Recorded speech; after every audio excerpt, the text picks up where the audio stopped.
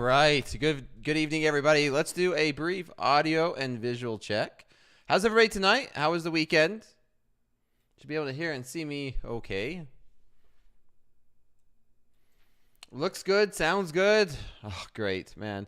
Tech issues. Everything went really smooth for Friday.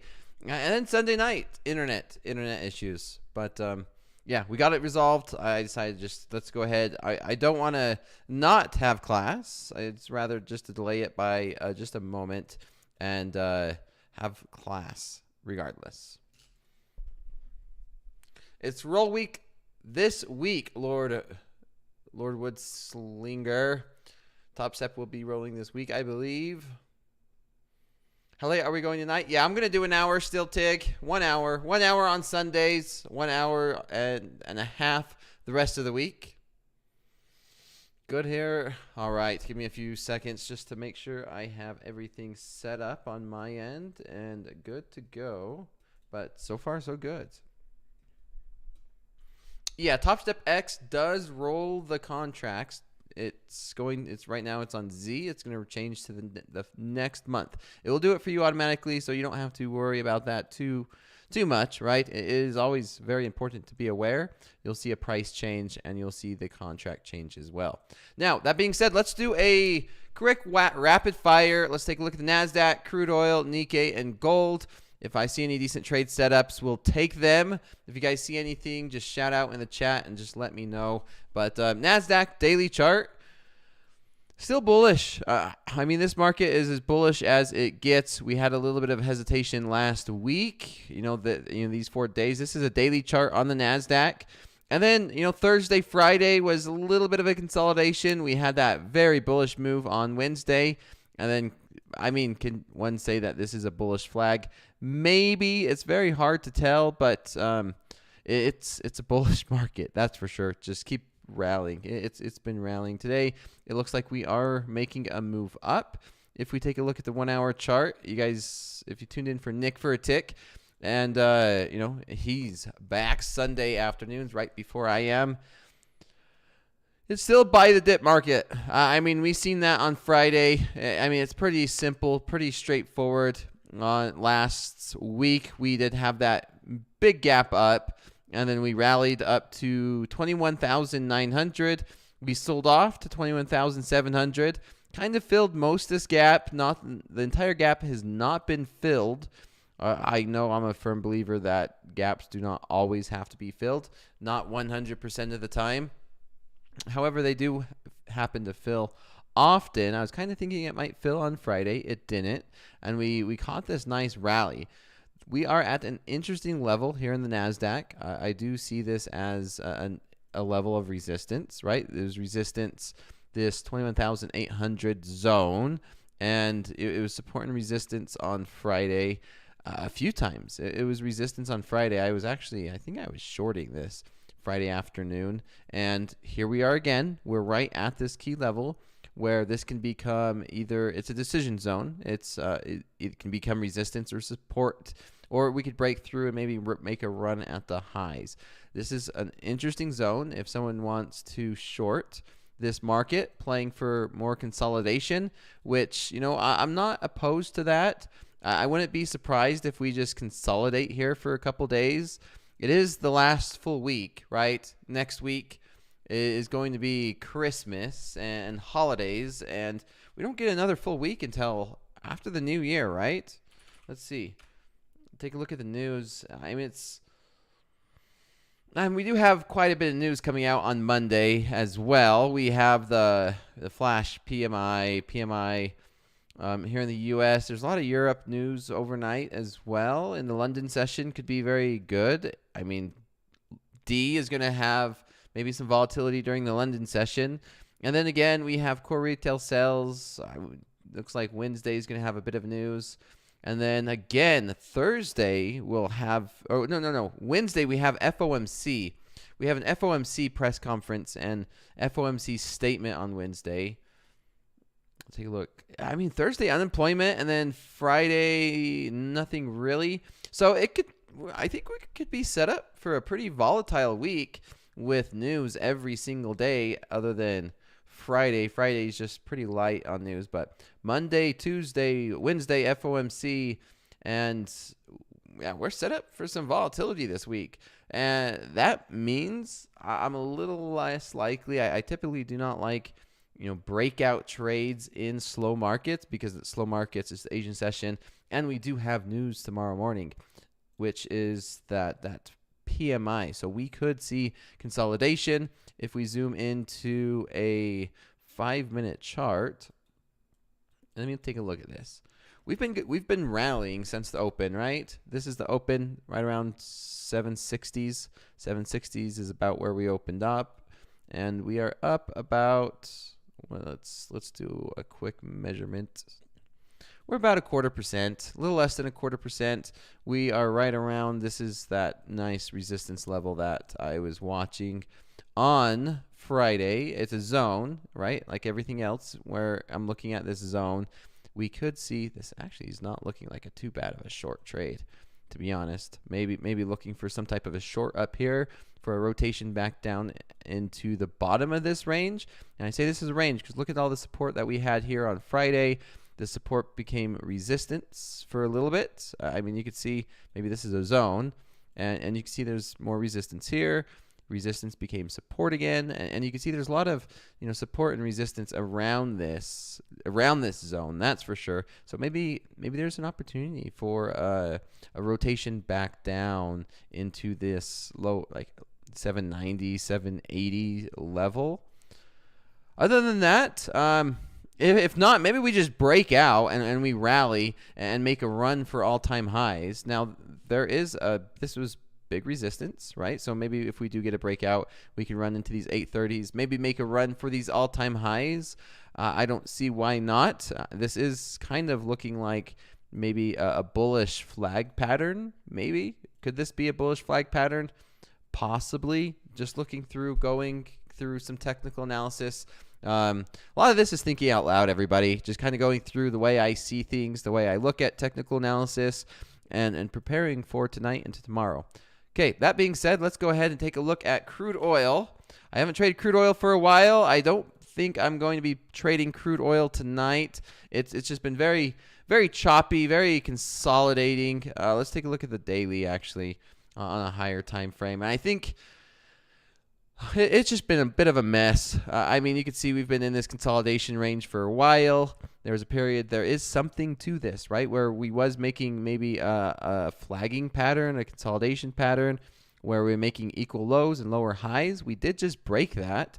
So maybe this can signal, a further bullish move up towards these about $75 a barrel. That could be possible. That is more of something that is starting to entice me. We will see. I'm not too enthused about crude oil yet. Let's take a look at the hourly chart, actually.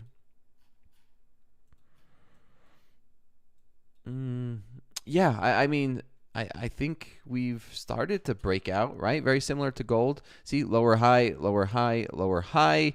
When you break out, what do I like? I do like a retest, and if that becomes support, then we officially broke out. So maybe there's some opportunities to find some buy the dip and look for a bullish run here in crude oil. Looking for $75 a barrel. I mean, it's a harder trade because we've been so choppy here in crude oil, and any of these breakouts have been very tough, but there's a possibility here. I like it. We'll see what tomorrow brings. Let's take a look at the Nikkei. It's been choppy as well. Man, these markets are slow markets. Not really much going on in the Nikkei, the Japanese market. Kind of very, very much in a similar situation. We did just bounce off a level of support tonight. This was a level of support, and it looks like we just bounced off of it. Could we see? Let's see. Today's December 15th. We did kind of just consolidating here, huh? This is tonight's price action, right? Tonight's price action. I know it's a little bit hard to read because there's a gap, but yeah, we did just bounce off the support around 39,580s. So maybe there's a decent chance we can rotate higher, rotate to maybe these highs. This is a tough trade as well. It'd be about a 1-to-1 risk reward. I'm kind of enticed to take this trade, to be honest. Let's do it. I'm going to take this in a demo account because this is it's not the best setup, but it is a setup. Let's get into a buy. Let's get into this. My stop loss would be below this. This is a 1-to-1 trade. Looking for this market to rotate back up near these highs around 39,750s, up into this upper zone. So if I'm looking at that, I'm looking at this market to be range bound, just like I was watching the NASDAQ. We'll see if this will give me a fill while we take a look at gold, and then we'll get to some questions. Gold. Oh, gold got hammered, huh? Gold got hammered. I did not see that. I mean, this was the consolidation we've been in for over a few weeks, and we had that breakout everyone's seen, and here we are. We're right back in the middle of this range. So I don't know what to think about this. Maybe we're just going to see more range bound going into the holidays and into the end of the year. This is a tough play on gold, so I'm going to leave it alone. In the middle of this consolidation, I wouldn't be surprised if we see continued consolidation here. We did.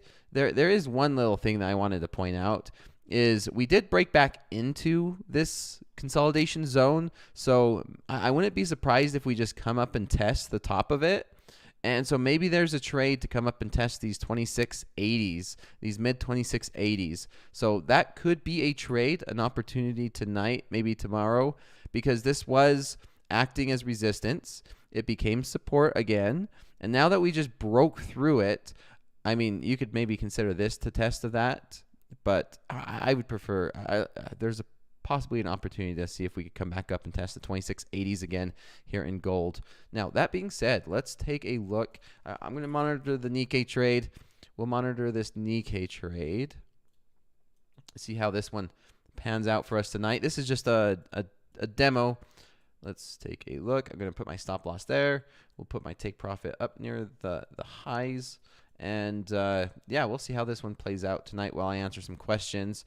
And we can take a look at these other markets. Give me just one moment, please. Yeah, there we go. I'm going to keep an eye on these other markets as well. We can keep an eye on this Nikkei trade. And yeah, go from there. Low liquidity due to holidays, rollover, Fed. Yeah, it's going to be this is a week where if you want to take a week off, the month of December could very well be that. So let's get to some questions, and yeah, we'll get started. Remember, this is only a 1 hour long class.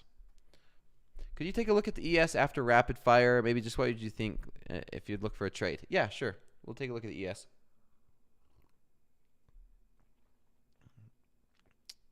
Let's see. Let's take a look. I mean, it's the same as the NASDAQ, right? ES actually looks a bit stronger. ES has officially broke through that resistance. So I don't trade the ES as much as I do the NASDAQ, but we did break through that resistance. I mean, so maybe there was a buying opportunity for a breakout play. The first level of resistance I see is going to be maybe around these 6066s. I mean, yeah, this is actually not too bad of a possibility. It's hard because there's a lot of chop right here through what is this, the 13th, December 13th. There's a lot of chop in this zone. So, and we're almost there anyway. We're almost into those mid 60s.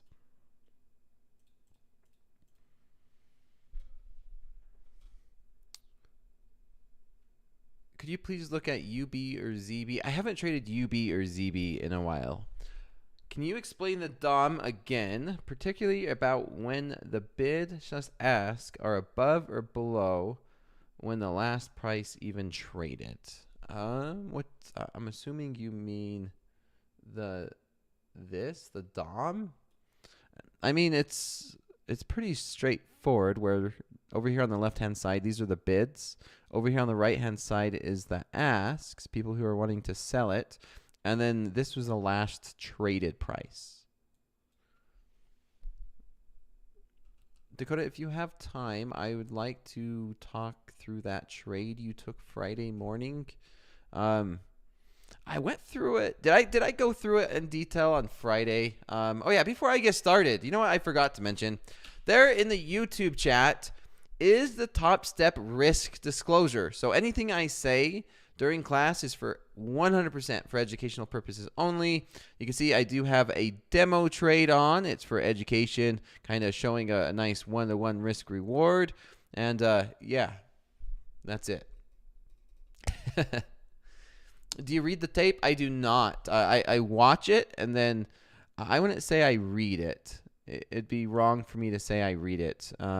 Coach Jay is a much better, and there's a lot of traders that are better at reading the tape than I do. Do you do anything other than the charts to read the market? No. What you see during slow markets is basically what I do every single day, over and over, very repetitive, can be very boring too, to be honest. Last Friday's, you described it to a certain point, but would like to know what made you get in when you did.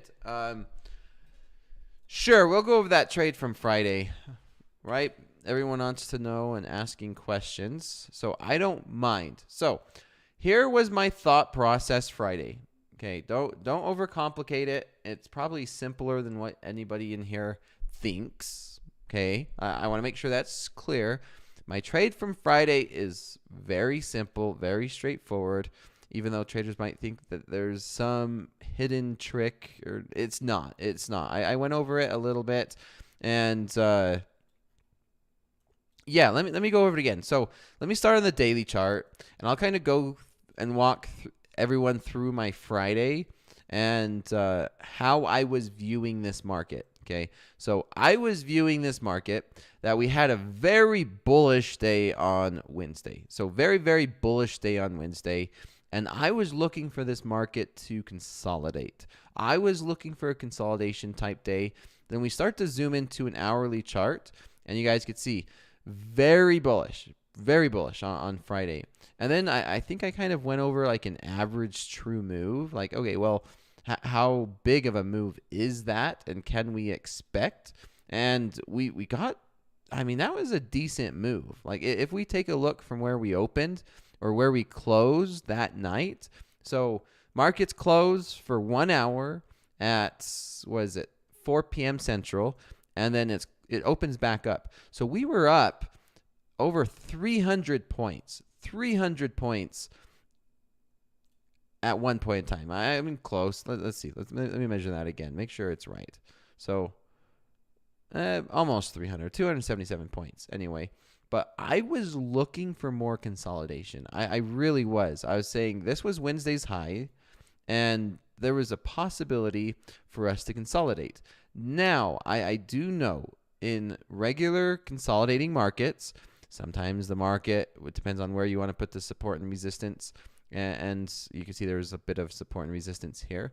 Sometimes the market does this, and I didn't clarify it very, very good on Friday, maybe, but take a look at this, right? Consolidate, break to new all-time highs, and then sell off, right? This is, I don't know if this was news or what it was, but here we are again. We didn't have much consolidation. We had basically 1 day. This was 1 day's worth of consolidation. We sold all the way down to 614. We gapped up. We still had, going into Friday, we still had this big gap, right? Like here's the gap. Here's the gap from when we opened up again from the 1 hour break. We only filled a portion of that. You see how we only filled a little bit of that? And then we just rallied, just straight up. And then you could say it was overnight too. This was rallying overnight. And when we opened up, we were at all-time highs. Like we were at all-time highs when we opened up with a gap down, with no trades during the New York session down here. So you can imagine the stocks that opened up during the New York session probably had a pretty big gap too, right? All the stocks and the rest of the market probably had all of this for a gap when they opened, because they don't trade during the New York session, or at least some of them don't. And so all I was looking at was like, yeah, there's it's not a high possibility. There's a possibility, maybe 30%, maybe 35% chance that we can have some type of a pullback. Maybe this was a smaller percent chance, but yeah, could we sell off to 640? There's a possibility. If we did sell off to 640, I wouldn't be like, oh my gosh, that's a big surprise that came out of nowhere, because we still had that gap and we rallied overnight. So on the 5-minute chart, with all that in mind, you can see here was the rally overnight. Okay. And then we opened up in the New York session. This is where we opened. So we basically opened right here.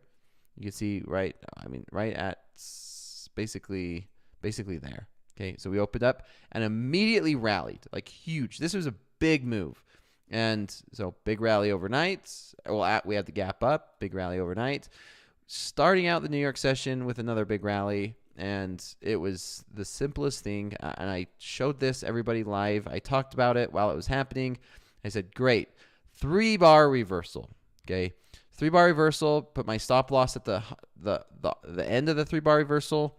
And then my entry is typically, sometimes I get a little bit early, right? Everyone knows that I would be preemptive, and sometimes I get in early, but I didn't on this one. I was kind of a little bit more patient because it was going against the trend.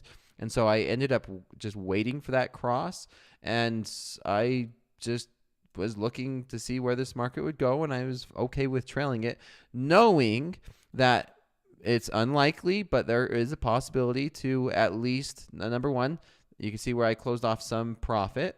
I was looking for these 780s, maybe just a retest of this support, because this was the first support level I seen. I was like, hey, well, we could retest this support. You seen I closed off some contracts here around these 780s, and we just broke through it. We broke through it really, really quick. And then I closed off the rest in this area. I don't know exactly where, but I closed off the rest there. And I didn't hold it all the way down. I did not hold it all the way down here. I was happy with just that. I mean, I know a lot of traders don't believe me when they say that's too simple, right? There's some secret. There has to be some secret.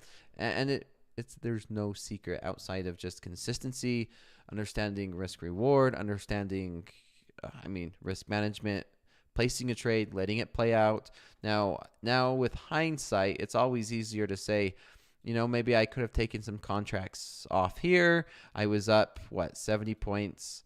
If we take a look at the risk reward, I was risking 27 points to make 96, 90, about 100. So I don't know what price I got in. I think I got in at 81.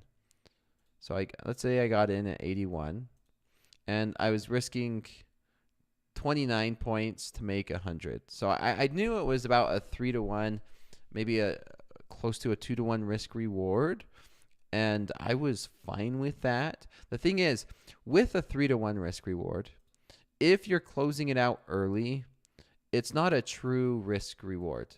It really isn't. Because if you get in and you're looking for a 3-to-1 risk reward, knowing that you're going to be wrong, because I knew I was going to be wrong most of the time, if I'm getting out early, then it's not a true 3-to-1 risk reward. I truly do not get the correct risk rewards.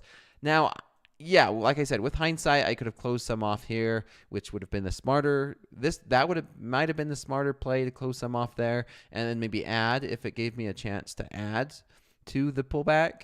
But I was fine. I held it to my take profit, and I think my final close was at 150 points was my last contract. I don't know where that was. I think it was even down here into these 730s, 720s, to be honest. Looking down at some of this support. Does that make sense? I have short-term memory, so I don't know exactly the prices, but that was the setup. And here's the thing. The same exact setup I took short was the same setup I took long down here. If you guys remember, if you watched Friday's stream, same setup, same exact thing. I mean, I didn't have the higher time frames, so I didn't hold it for the full 3-to-1 risk reward. But I could have, right? I could have captured another 100 points off of that, but I didn't. I think I only caught, I don't know, however many points I caught on that one. You guys will have to watch, but same exact setup. Same thing over and over again. And you guys, guess what? I took another trade. If you guys remember, I took another one that was the short, right? I was short here on the NASDAQ, and my target was 780s. Now, obviously, I wish I would have held it because it did hit my take profit on this one. I closed it out early, made like I think I only made like 8 points on this one. But same exact thing was reversed, and then reversed again, and we reversed. I know, Bowser. I mean, sometimes you have a little bit of luck, right? You sell the high of day, and then you buy the low of day.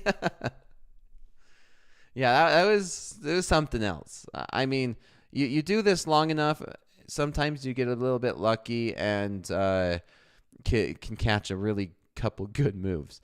But there's a couple things at play when it comes to this. I mean, it was at the end going into power hour, and I mean, I'm running a stream. We had a 3-bar reversal contest during the power hour, and I got in here. And unfortunately, the market decided to just go sideways, right? The market decided just to go sideways. Like, okay, well, I'm just going to go ahead and look for the bottom of this range. I was fine with it. But yeah, same setup. 3 times. 3-bar reversal. 3-bar reversal. 3-bar reversal. This one was at a level of resistance, right? This one was at a level of resistance. You can see there was some support and resistance right there. And then this one down here. This one was, I mean, this was nothing, right? I mean, sure, you could maybe find support and resistance, but I was simply looking for a 3-bar reversal, watching it on a 100-tick chart. And yeah, I know it's easier said than done, but rewatch Friday's stream.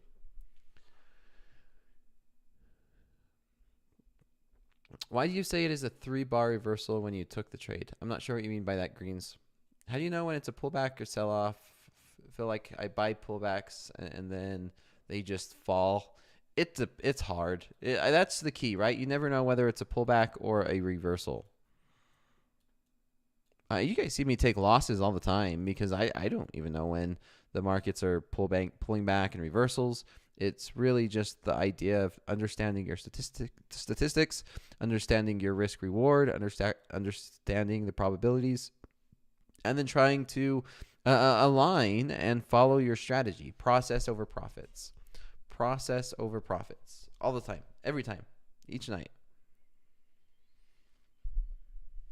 How do I feel about ICT concepts? I do not know any ICT concepts. So I can't explain or say how I feel about that.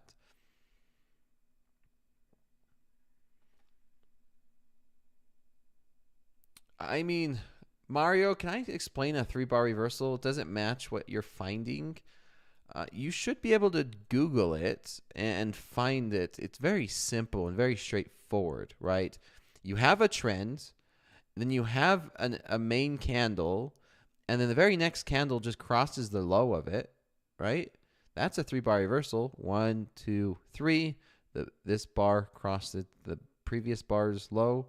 And then opposite, right? We have a selling off, and then here's the reversal bar, and the previous bar crosses the high of that bar. It's one of the most simplest things in the world. I mean, I even have, look at this. I even have a coffee mug, and there's a 3-bar reversal on the coffee mug, right? So it's one of the most common price action patterns that's out there.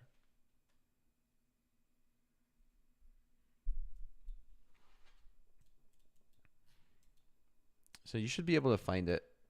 I mean, you could Google it. A mug? Yeah. You get it now? Yeah, it's simple. Don't overcomplicate it. Please do not overcomplicate it. It's easy to overcomplicate it. Just don't. Do not overcomplicate trading. You trade the morning and evening star formation? Yeah, keep it simple.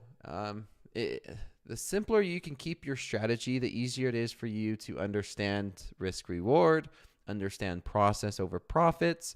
And then once you feel comfortable following a process, once you feel comfortable, managing risk, then you could adjust things. Then you can add items to your strategy. You could take items to your strategy. You can make it a little bit more complicated. You could make it a little more simpler, but start with simplicity. That's what you 100% need to do. Just start with the most simple strategy and the most simple idea of trading, and then build on that, right? Build on that. Do I respect top and bottom wicks? Yeah, I respect every price action, right? I mean, every wick is there for a reason. It doesn't matter what, markets are fractal, and it doesn't matter whether you're a 5-minute, 1 minute, 30-second. Price action's price action. I just personally, I like to trade off the 5-minute charts. It's simple for me.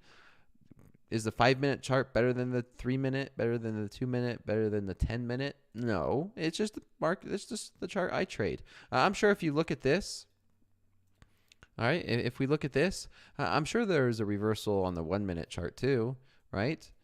If we look at the 1-minute chart, we could probably find something for a setup here. And sure, maybe you could have found a reversal pattern. I could see maybe a reversal pattern here on the 1-minute. You could do the same thing with any time frame, to be honest. Markets are fractal.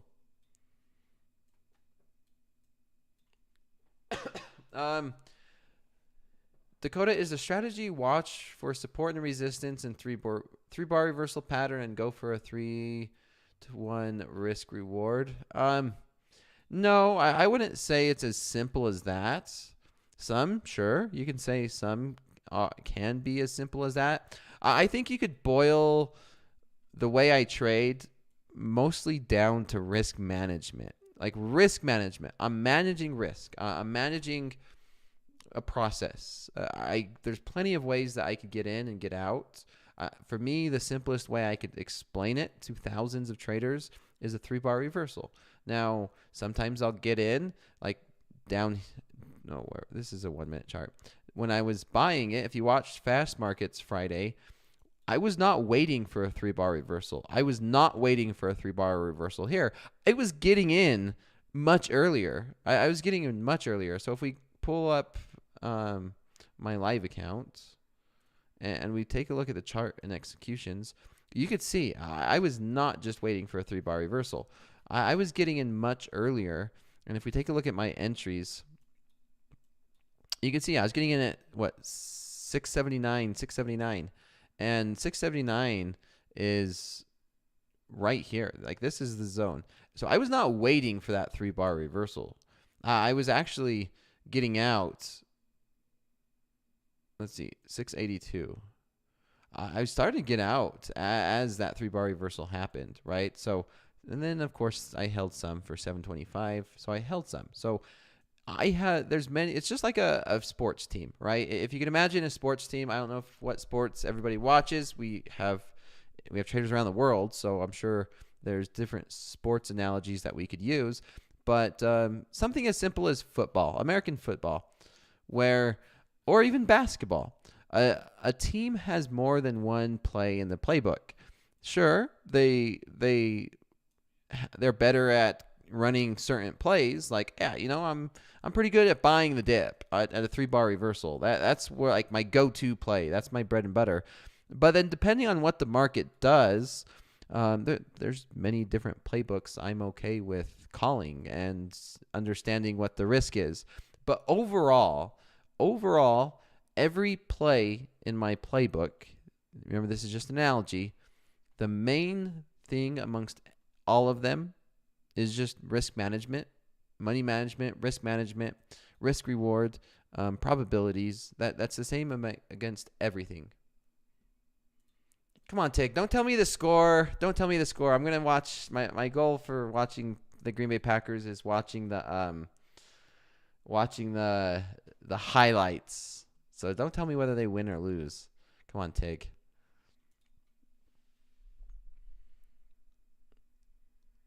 Australia has a lot of gold. Yeah, usually around 8 p.m. Central, there's a spike in volatility. Spike in volatility.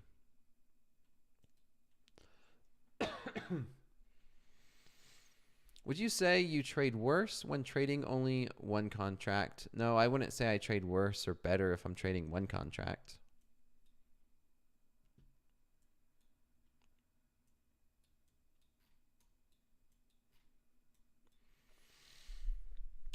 Richard Harris, you are a pot stirrer. What do your honk? I'm not sure what you mean by that. About PW did do rips. I thought it was very low class. I hate the drama, Richard. And I made a post. I made my own Twitter post. I'm one for bringing people up, and there's no room for negativity when it comes to individual attacks or any of that. Me, it's just we are all in this together, to be honest. We're all traders.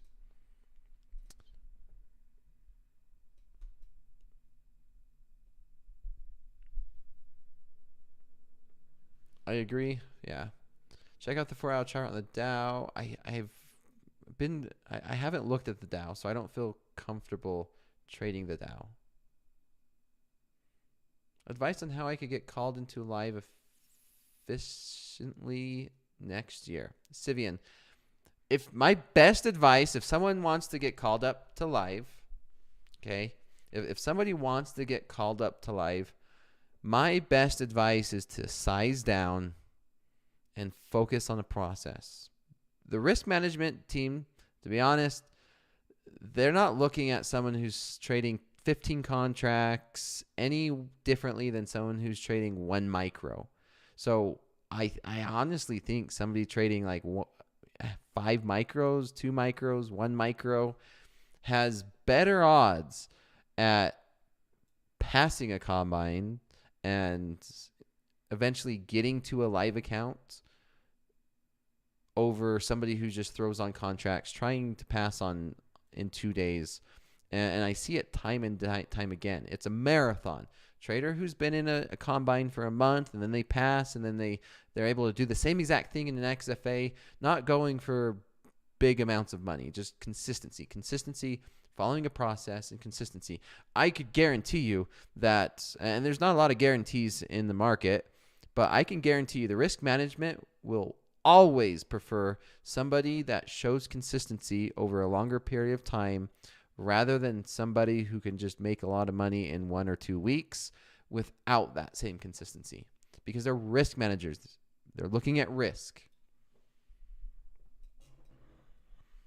What's the usual time duration to get into live? I don't know. I don't have access to that information. I don't see behind the scenes of who's being called up, who's not, and what their criterias are. But I don't know what the average time is. If I have 5 XFAs, what's the benefit of going live? Oren, that's the question, right? If you have 5 XFAs, what is the benefit of going live? Well, you're only making money in the markets in the live account. The XFAs so the combines and XFAs are a simulated environment, and those are meant to be used to what do you want to call it? Qualify or provide, who's a better trader, who's a good trader, who shows consistency, so that they could get called up to a live. The end goal is a live account. The combine is a test. The XFA is basically a test. It's a test with more pressure because you could receive a payout, but it's a test nonetheless to see if you can trade under pressure, knowing that you can receive a payout and still be profitable and still follow your process.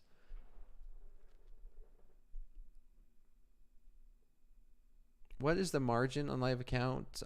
That's the beautiful thing about a prop firm, is the prop firm could open up a smaller account to any contract size. For example, if I have a $50,000 account, I could trade bigger size at a prop firm than I would if I had my own personal account. That is one of the biggest benefits to me in my eyes of a prop firm is, number one, you get to work and practice, try and get good habits in a simulated account, and then make money in a simulated account, and then get called up to a live, have access to funds that you would not have, right? Because not everybody could go in and open up a $20,000 personal account, but you could have a much lower cost to enter, right? Lower barrier to entry if you're only paying $25, $50, $150 compared to opening up your own personal $20,000 account. Prove yourself, and then get payouts, get funded, get to a live account, and continue to prove yourself. And yeah, I don't know the exact margin. Once again, I don't have access to that. But at a proper account, you could trade 30 contracts when in your own personal account, you might not be able to because you don't have that margin. It's crazy how many contracts that you could eventually trade at a prop firm. That's the beauty of having a risk management team who you could call and work with and talk through. And once you show that consistency, you can say, yeah, guess what? I'm okay with opening your live account up to 30 contracts. And I'm like, oh, yeah, as long as I'm showing that consistency, the risk team is perfectly fine with continuing to add contract size and increasing it, right? Ambitious money production. Topstep is looking for real traders who actually have the skill. Yes, 100%. Real traders. That's why I had that rant last week, and I will continue to say it, and I will always say it. I'll say it here. I'll say it on Topstep TV Day Show. I'll say it when I'm having conversations with my family during Christmas. That's the reality of it. Simulated trading is not real trading. Simulated trading is meant for practice. And why would a prop firm keep somebody in a simulated account? Why would a prop firm allow a trader to stay in a simulated account if they are actually a good trader? It doesn't make sense. No, there's no way. And in what world would a prop firm want a trader to stay in a simulated account? If you have 1-2 months worth of good trading history, odds are that prop firm should move you to a live account. If not, something's wrong. Maybe there's something behind the scenes that you just don't know. Prop firm here at Topstep, the risk management team does not look at one account. They look at your account overall, right? So the risk managers, they could see how many times you've reset accounts. They could see how many combines you go through. And so they consider everything. I don't know the criteria, but I've had those conversations to where they say, yeah, I'm looking at this, I'm looking at that, I'm looking at, how you are as a trader overall.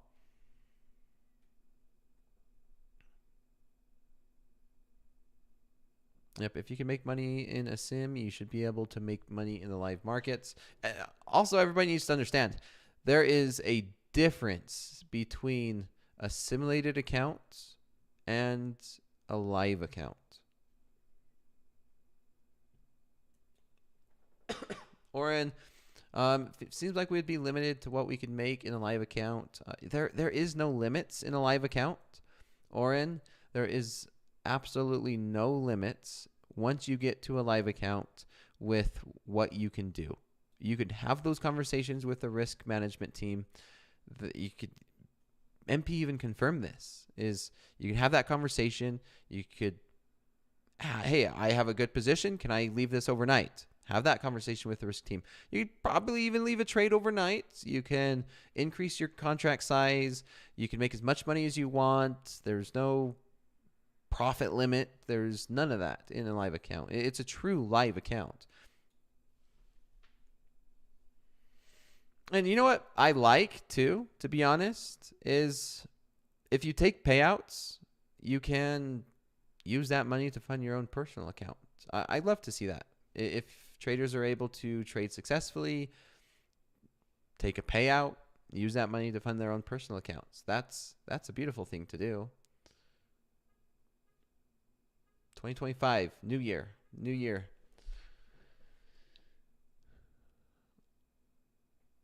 Psych Trader, is a live account better than 5 XFA accounts? I would say, is it better? No, I would love to stay trading 5 XFAs, wouldn't you? I mean, everybody, I told traders, if a company would allow me to stay in 5 simulated accounts and make money and them keep paying me, heck yeah, I'd do it. Why not? It's easy. It's easier because it's unrealistic. It's playing a Monopoly game and collecting a real $200 every time you pass go.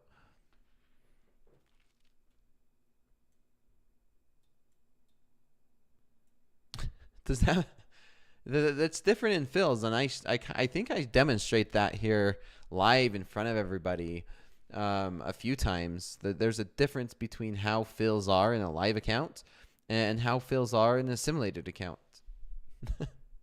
Now trading's not easy. I'm just saying a simulated environment is easier than a live account. That's a fact.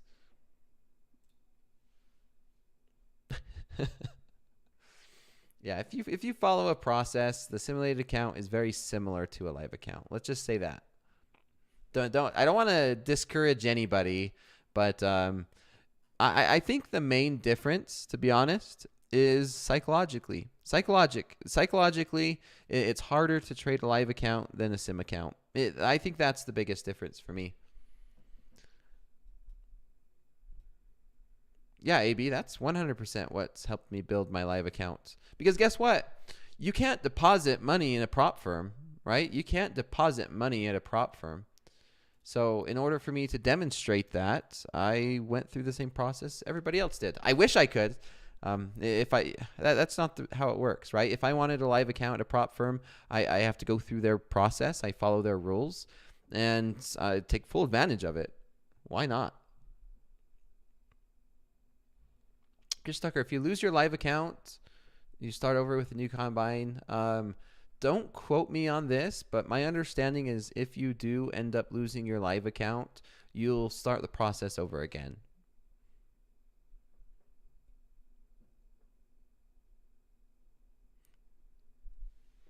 How would you trade longer time frame while not hit a drawback? I'm not sure what you mean by that, Train. When does Topstep roll over? I don't know the exact date, but rollover is this week. The platform will roll you over. You take bizarre risk that you normally wouldn't? Yeah, a lot of traders will do that. A lot of traders in a simulated account will take risk that they normally wouldn't take if it was their personal account or if it was their own money. Yeah, well, Ambition says, I like this. Topstep is like applying for Wall Street, in my opinion. They're picking the top performers to trade their capital. I like that. That's a good perspective because there's some prop firms where you have to send an application. You can imagine some of the more prestige prop firms or even companies where you not only have to apply, but you maybe even have to go through an internship. And some companies have non-paid interns where you have to intern at a company without pay in order to become a full-time employee and then in order to have access to company funds. So, I mean, if you think about it, I mean, at least I get paid in a sim account when you're trading at a prop firm.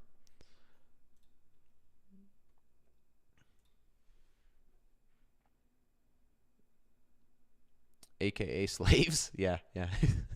What's that one show where it has Will Smith and he was basically a very poor homeless man, but he was a great salesman and he interned for like 30 days without pay and only one of like a big group that was interning for free would end up actually getting a job.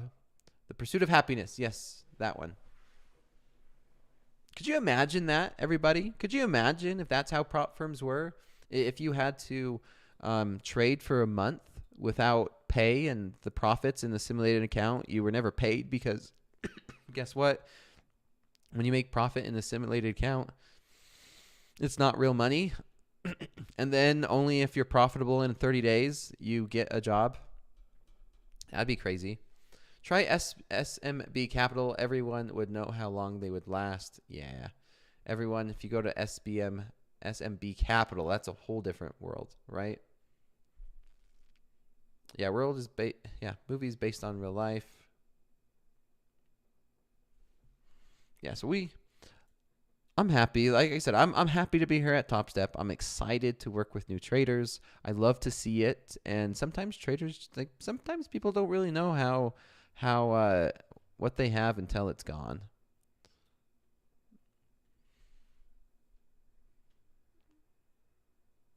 I know. Okay, this is a good question. I know you work with Topstep, but wouldn't it make sense for you to trade on your personal account?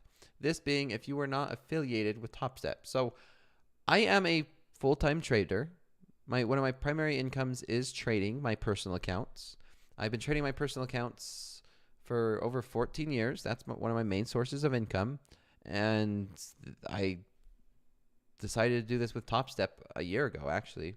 No, it's about a year ago. So I honestly, I wasn't even planning to trade at Topstep. I did it because number one, it was a bet, and number two, someone pissed me off. And I needed to. Would it be weird if I said I wanted to prove people wrong, and I wanted to show what was possible? And I said it before I even started. I said, "Hey, I'm going to go ahead and trade and try and get funded and get live to just show everyone, like, yeah, not only am I coaching and I could show everybody that I could also trade." So I never did plan to trade this because my personal account that I trade with, I trade options. I have a lot more flexibility, tax benefits, all that fun stuff. But I wanted to show it. And as I've started this journey, then things progressed, right? Topstep is continuing to grow. There's amazing things that's going to be coming, and I'm excited. And prove them wrong to a crazy extent. It's not that crazy. It's not that crazy. Psychic trader, no salary. I am not salary at Topstep. Nope.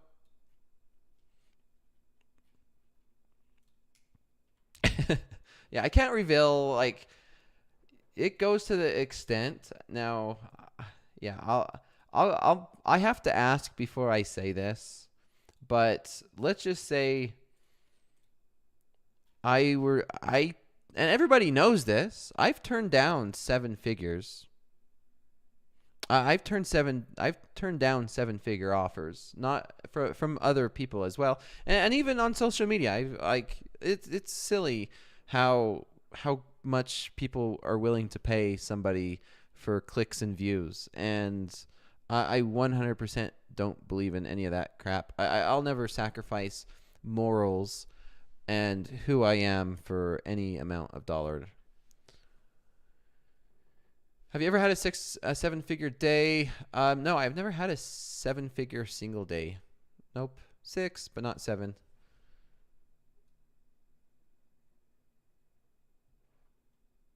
Yeah, if you guys follow me on Twitter, you'd know exactly what I'm referring to, and there's been more. I'll see if I could get it approved from the Topstep team, and I'll show you some of the conversations I've had with the team members. Because even some of the team members are like, yeah, what do you want to do? Like, hey, do you want to go full time? Be part of the team? And I'm like, I pay, like, yeah, I'll have to. I'll show you. I don't mind sharing. It's fun. It's interesting. Take the deal. What's the minimum amount to start with your own personal account? It depends, Din. Here in the U.S., if you want to trade stocks, day trade stocks, it's what, 25,000, and that's why prop firms are so amazing.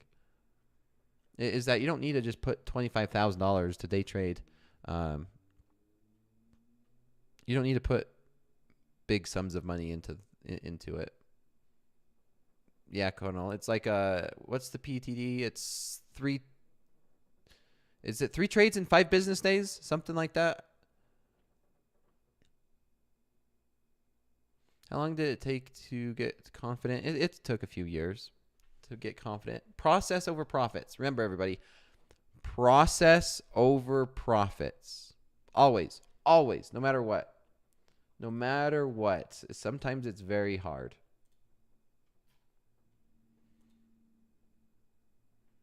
Who pissed you off? You like to think that. No, it's also that, sometimes. Okay, here's to be honest. So everyone knows I got these two things. I This is a Series 30 and the Series 3. And then I'm going to look to get my Series 31 as well.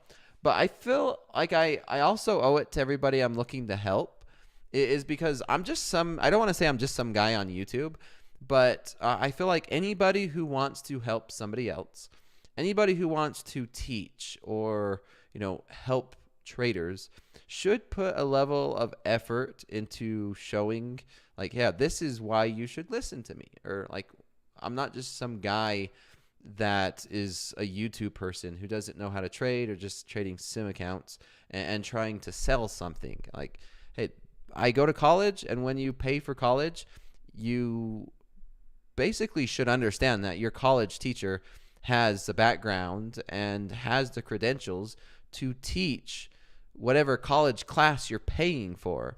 And I feel like it's only fair to do the same. Like, yeah, I trade futures, I trade options, I do trade for a living, but let me show you, like, I know also what I know what to do. Not only do I coach, I could walk the walk, I guess.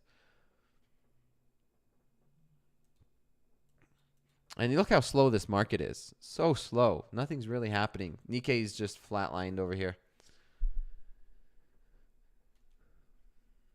Am I holding this overnight? No, this is just a demo trade. I don't see any good trades set up tomorrow. There is news. I am going to be on fast markets tomorrow morning, which is going to be a fun one. There is news tomorrow, which should bring some more volatility. You can see there was looks like some decent news that came out not too long ago, actually. Let's see. An hour ago. Let's take a look. I mean, yeah, not much is happening, to be honest, tonight. I don't see any great trade setups. Maybe there's an opportunity for a breakout. I did the rapid fire. I'm actually going to continue to look for the NASDAQ to consolidate. So I wouldn't be surprised if the NASDAQ returns back down here to these upper 700s, 760 to 790s.